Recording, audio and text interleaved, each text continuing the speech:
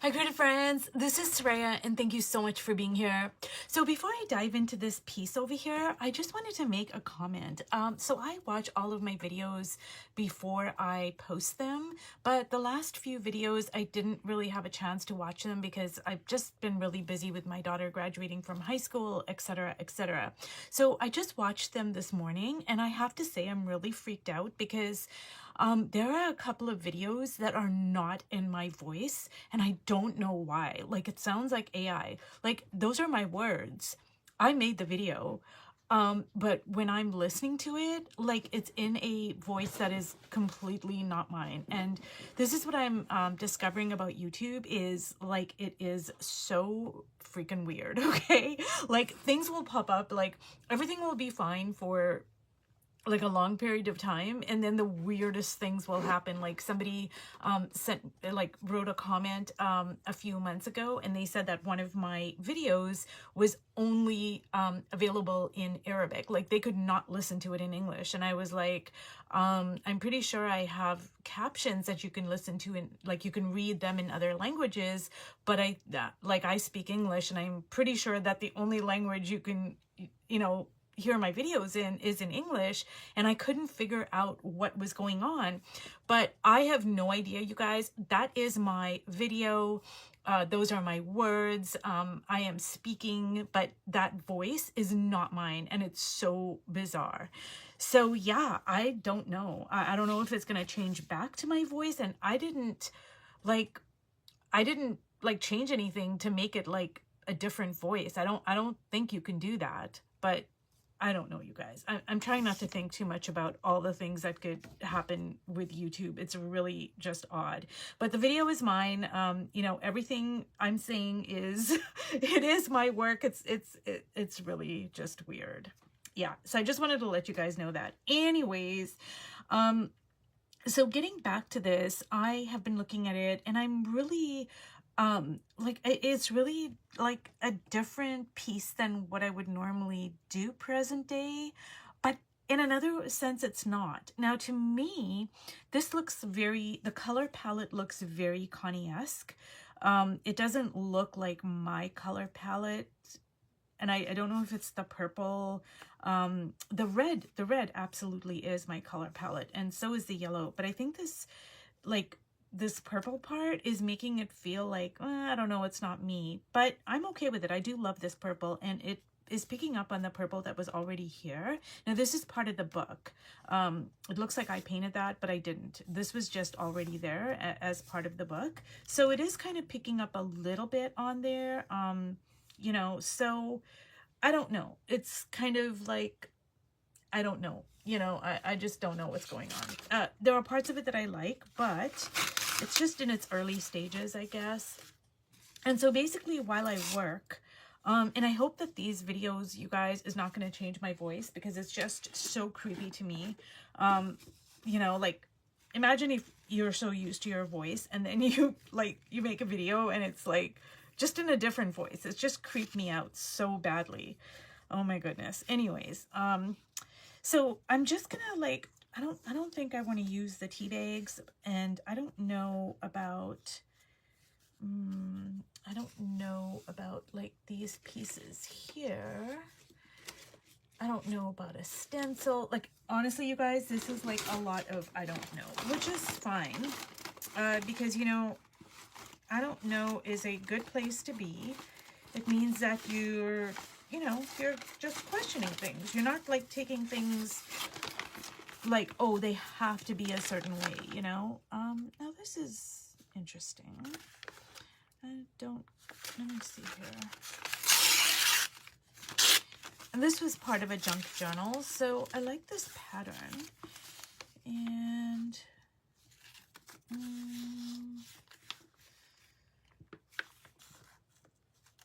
okay, I do kind of like that, even though it kind of blends into the background, but you know what? I kind of like it. It's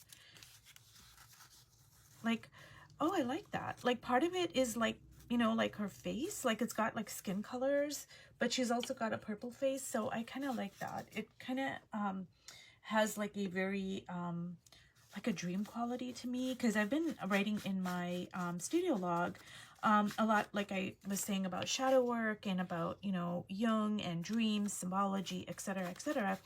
And I'm trying to figure out ways to kind of like mix the dream world into like my artwork, like tell stories, but you know, also portray like, oh, this is dreamy.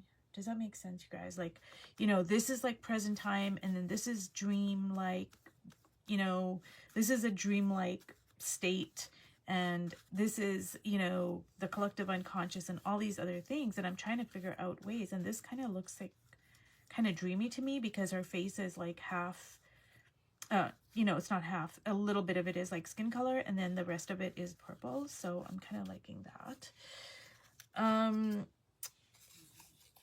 And I don't know, let me see here. I'm gonna look and see if there are other pieces. Oh, you know what, I like the back of this.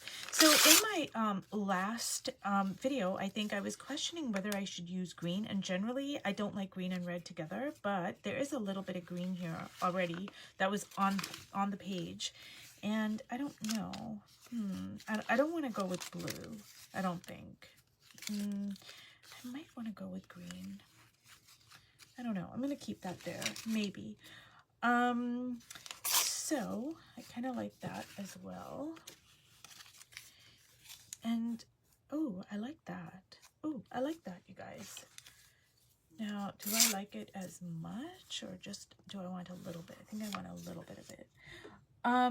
So anyways, you guys, I was talking about how looking at your older pieces of work can really be helpful in so many ways. They can give you clues about your visual language, like what has stayed, what has changed completely, what has, you know, you've modified it a little bit. It just gives you so much information. But also too, not only does it give you information, but it gives you like compost. You know, if I compare the gardening analogy, it gives you compost to grow other things. Like it could be, you know, something so simple like a color palette, a line, whatever, from 10 years ago, and you're like, ugh, you know, I would never do that now. Okay, fine, that's, you know, that's okay, but maybe it's gonna birth something else. Does that make sense, what I'm saying? That's the way I look at it, you guys. Like everything is kind of food, compost. And basically, so basically I look at it like this. They're all kind of puzzle pieces, right? So you take your work from 10 years ago, that's a few puzzle pieces. And then you add puzzle pieces from, you know, present time, like all the ways that your work has evolved into what it is now. Those are other puzzle pieces. Then you go outside and you look at a color you know, on a tree, and you're like, oh, that's another puzzle piece. And then you read something in a book and you're like, oh, that's another puzzle piece. And then you put all these puzzle pieces together and you get, you know, a piece. Like that's the way I look at it. So these are all just puzzle pieces. And you don't have to use anything like as is, you know, like you can change it, modify it, add it to other things.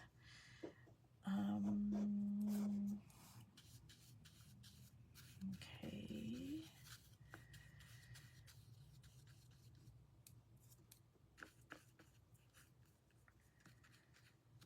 Okay. And what I think I want to do is, I really love the background. I'm just so enthralled with the background. But I think I want some variation in this purple. I don't know. Do I want some variation in the purple? I think for the figure I do, and maybe not for the dress.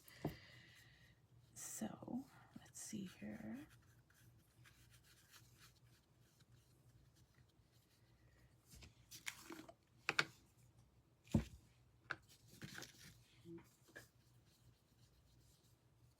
So, you know, I'm just adding a little bit of the lighter color to give it some dimension here.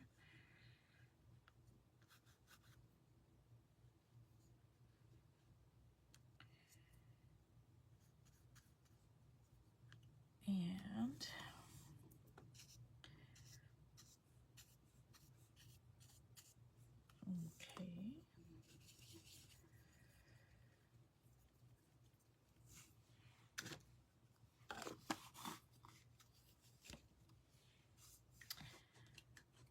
Now, about this face over here, I don't know if I want to keep it yellow. I don't know. That just looks kind of odd to me. Like, I'm really liking all of this, but I think I'm going to change this to blue. But because there's yellow underneath, I don't know if it's going to turn to green. It might have a green tint to it.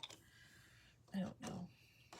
That's a great thing about you know, when you are departing from reality and you're just painting like blue faces and purple faces, it's like it kind of bleeds into like other parts of your painting, and you're like, oh, okay, anything goes. You know, you're not like restrained by, I guess, you know, the way things should be, if that makes sense. And that's one of the reasons I love working in Connie's book. It just makes me so courageous and like think outside the box. Now I am going to use some of this lighter color here.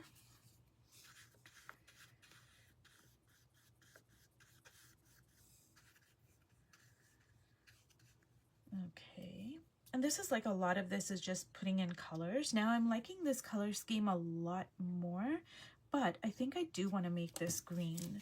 In the beginning, I was like, you know, I don't really like green and red, but because the green is not going to be like against the red, maybe it might work. It's going to be a, like, you know, it's not going to be right against the green and red together. So yeah, I don't know. Is this going to work? It does pick up a little bit on the green there, so it might work.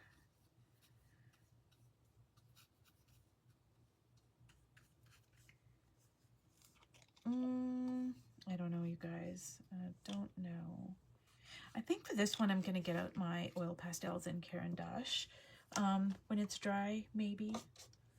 Just so I can kind of get some different kind of marks down on the page here.